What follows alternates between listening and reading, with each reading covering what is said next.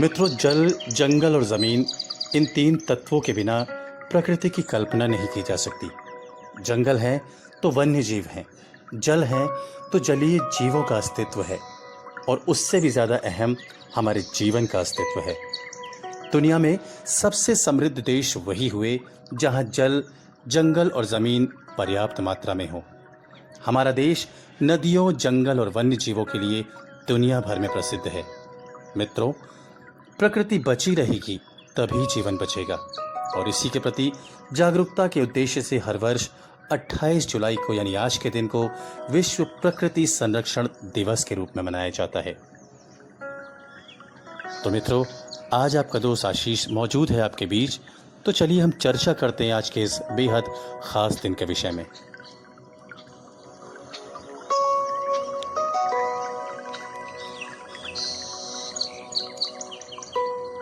दोस्तों, इस दिवस के माध्यम से प्राकृतिक संसाधनों की सुरक्षा को लेकर दुनिया भर के लोगों के बीच जागरूकता पैदा की जाती है।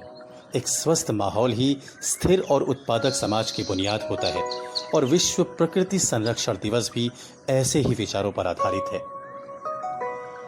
इस दिवस की महत्ता इसलिए भी है कि प्रकृति संरक्षण के जरिए ही मौजूदा और आने वाली पीढ़ियों का भविष्य सुरक्षित और कल्याण सुनिश्चित किया जा सकता है।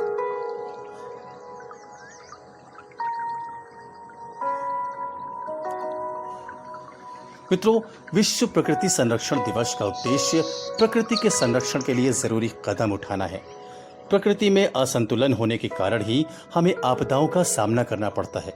ग्लोबल वार्मिंग, महामारियां, प्राकृतिक आपदा, तापमान का अनियंत्रित तौर पर बढ़ते जाना, ये सभी समस्याएं प्रकृति में असंतुलन के कारण ही पैदा होती हैं। अब आप सब सोच रहे होंगे कि प्रकृति संरक्षण की दिशा में हम सब आखिर क्या कर सकते हैं। तो आइए चर्चा करते हैं कुछ प्रयासों पर जिन्हें अपनी आदतों में ढालकर हम और आप प्रकृति संरक्षण की दिशा में बहुत कुछ कर सकते हैं। सबसे पहली और ज़रूरी बात कि जल का संरक्षण करें। दोस्तों, पानी का दुरुपयोग करना हमें बंद करना होगा। जहाँ भी पानी बर्बाद हो रहा हो उसे रोकें। नहाने के लिए, सफाई के लिए या गाड़ियाँ धोने के लिए बहुत ज़्यादा पानी का इस्तेमाल ना करें।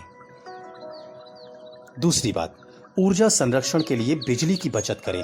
काम होते ही बिजली के उपकरण हमें बंद कर देने चाहिए और गर्मी के दिनों में अगर रात में कमरा ठंडा हो जाए तो हमें अपना एसी भी बंद कर देना चाहिए। इससे बिजली के साथ हमारा बिजली का बिल भी बचेगा। मित्रों, पेड़ पौधे हमारे लिए कितने ज़रूरी हैं ये तो हम सब जानते हैं। इसलिए घरों और सार्वजनिक जगहों पर पेड़ ज़रूर लगाएं। उपहार स्वरूप पौधा देने की परंपरा शुरू कर सकते हैं। लोग ऐसी शुरुआत कर भी चुके हैं, जिसे बड़े पैमाने पर अपनाए जाने की ज़रूरत है।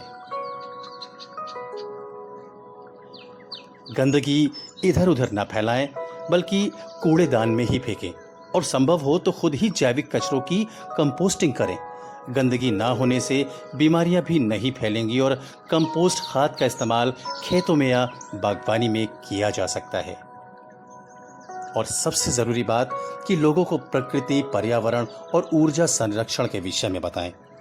तो चलिए मित्रों, आज हम सब मिलकर एक प्रयास करते हैं जिससे हमारी प्रकृति फिर से हरी भरी और बेहद मनमोहक हो जाए।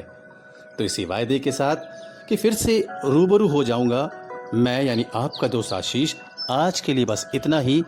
दीजिए इजाज़त। नमस्कार।